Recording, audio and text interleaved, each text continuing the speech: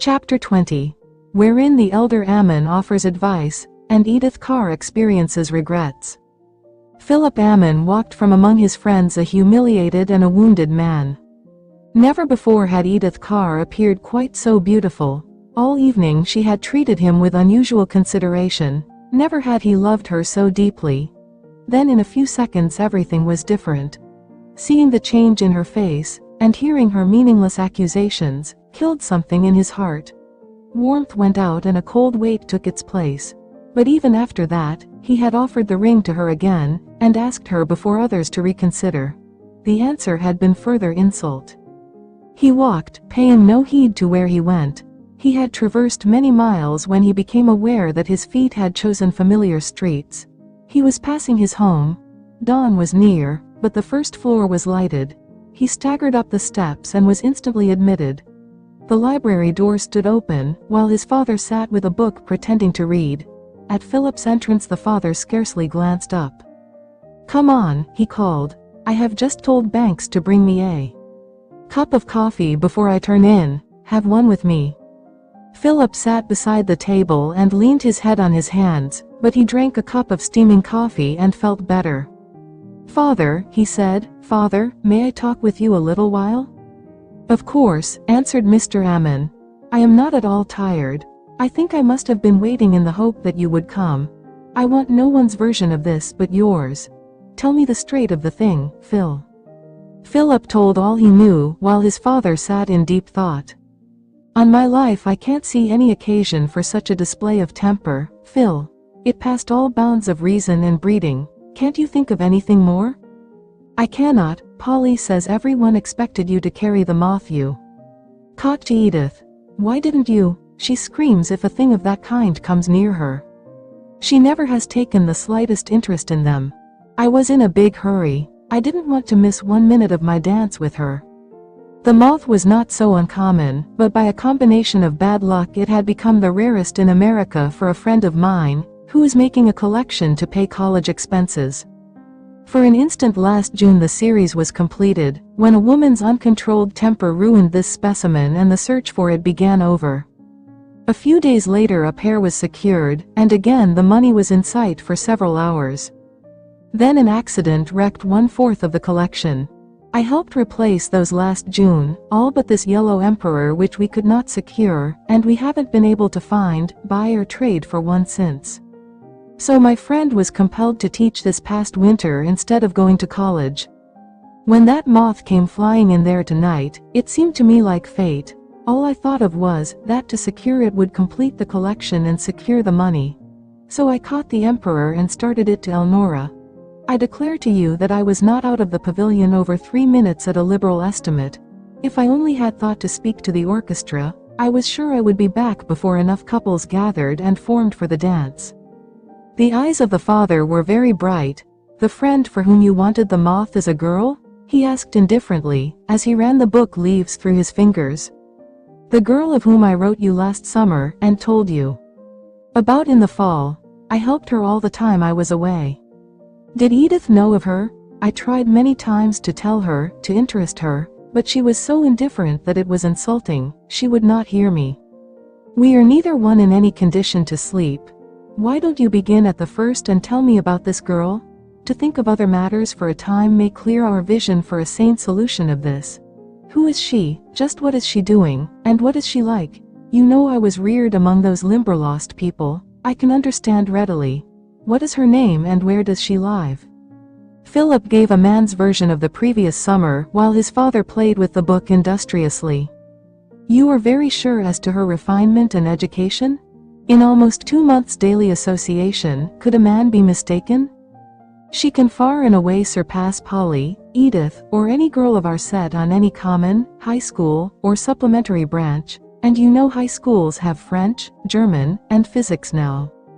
Besides, she is a graduate of 2 other institutions. All her life she has been in the school of hard knocks. She has the biggest, tenderest, most human heart I ever knew in a girl. She has known life in its most cruel phases, and instead of hardening her, it has set her trying to save other people's suffering. Then this nature position of which I told you, She graduated in the School of the Woods, before she secured that. The birdwoman, whose work you know, helped her there. Elnora knows more interesting things in a minute than any other girl I ever met knew in an hour, provided you are a person who cares to understand plant and animal life. The book leaves slid rapidly through his fingers as the father drawled. What sort of looking girl is she?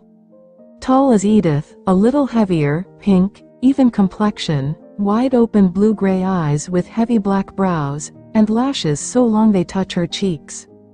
She has a rope of waving, shining hair that makes a real crown on her head, and it appears almost red in the light. She is as handsome as any fair woman I ever saw, but she doesn't know it. Every time anyone pays her a compliment, her mother, who is a caution, discovers that, for some reason, the girl is a fright, so she has no appreciation of her looks. And you were in daily association 2 months with a girl like that. How about it, Phil? If you mean, did I trifle with her? No, cried Philip hotly. I told her the second time I met her all about Edith. Almost every day I wrote to Edith in her presence. Elnora gathered violets and made a fancy basket to put them in for Edith's birthday. I started to err in too open admiration for Elnora, but her mother brought me up with a whirl I never forgot. 50 times a day in the swamps and forests Elnora made a perfect picture, but I neither looked nor said anything. I never met any girl so downright noble in bearing and actions. I never hated anything as I hated leaving her, for we were dear friends, like two wholly congenial men. Her mother was almost always with us. She knew how much I admired Elnora, but so long as I concealed it from the girl, the mother did not care.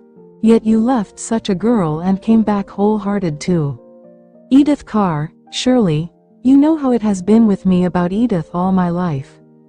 Yet the girl you picture is far her superior to an unprejudiced person, when thinking what a man would require in a wife to be happy.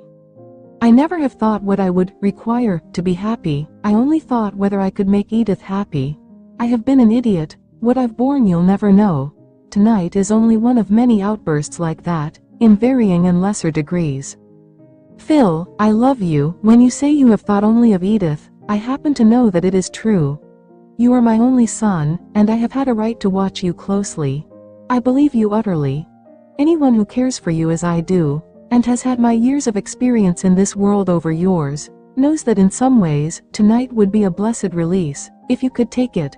But you cannot. Go to bed now, and rest. Tomorrow, go back to her and fix it up. You heard what I said when I left her. I said it because something in my heart died a minute before that, and I realized that it was my love for Edith Carr. Never again will I voluntarily face such a scene. If she can act like that at a ball, before hundreds, over a thing of which I thought nothing at all, she would go into actual physical fits and spasms. Over some of the household crises I've seen the mater meet with a smile. Sir, it is truth that I have thought only of her up to the present. Now, I will admit I am thinking about myself. Father, did you see her? Life is too short, and it can be too sweet, to throw it away in a battle with an unrestrained woman. I am no fighter. Where a girl is concerned, anyway. I respect and love her or I do nothing. Never again is either respect or love possible between me and Edith Carr. Whenever I think of her in the future, I will see her as she was tonight, but I can't face the crowd just yet. Could you spare me a few days? It is only 10 days until you were to go north for the summer. Go now. I don't want to go north. I don't want to meet people I know. There, the story would precede me. I do not need pitying glances or rough condolences. I wonder if I could not hide at Uncle Ed's in Wisconsin for a while. The book closed suddenly. The father leaned across the table and looked into the son's eyes. Phil, are you sure of what you just have said? Perfectly sure. Do you think you are in any condition to decide tonight? Death cannot return to life, father. My love for Edith Carr is dead. I hope never to see her again. If I thought you could be certain so soon, but come to think of it, you are very like me in many ways. I am with you in this. Public scenes and disgraces I would not endure. It would be over with me were I in your position, that I know. It is done for all time, said Philip Ammon. Let us not speak of it further. Then, Phil, the father leaned closer and looked at the son tenderly. Phil, why don't you go to the Limberlost? Father, why not? No one can comfort a hurt heart like a tender woman. And, Phil, have you ever stopped to think that you may have a duty in the Limberlost, if you are free? I don't know, I only suggest it. But, for a country schoolgirl, unaccustomed to men, 2 months with a man like you might well awaken feelings of which you do not think. Because you were safeguarded is no sign the girl was. She might care to see you. You can soon tell. With you, she comes next to Edith, and you have made it clear to me that you appreciate her in many ways above, so I repeat it, why not go to the Limberlost? A long time Philip Ammon sat in deep thought. At last he raised his head. Well, why not, he said. Years could make me no surer than I am now, and life is short. Please ask Banks to get me some coffee and toast, and I will bathe and dress so I can take the early train. Go to your bath. I will attend to your packing and everything, and Phil, if I were you, I would leave no addresses. Not an address, said Philip. Not even Polly. When the train pulled out, the elder Ammon went home to find Hart Henderson waiting. Where is Phil? He demanded. He did not feel like facing his friends at present, and I am just back from driving him to the station. He said he might go to Siam, or Patagonia. He would leave no address. Henderson almost staggered. He's not gone, and left no address? You don't mean it? He'll never forgive her? Never is a long time, Hart, said Mr. Ammon. And it seems even longer to those of us who are well acquainted with Phil. Last night was not the last straw. It was the whole straw stack. It crushed Phil so far as she is concerned. He will not see her again voluntarily, and he will not forget if he does. You can take it from him, and from me, we have accepted the lady's decision. Will you have a cup of coffee? Twice Henderson opened his lips to speak of Edith Carr's despair. Twice he looked into the stern, inflexible face of Mr. Ammon and could not betray her.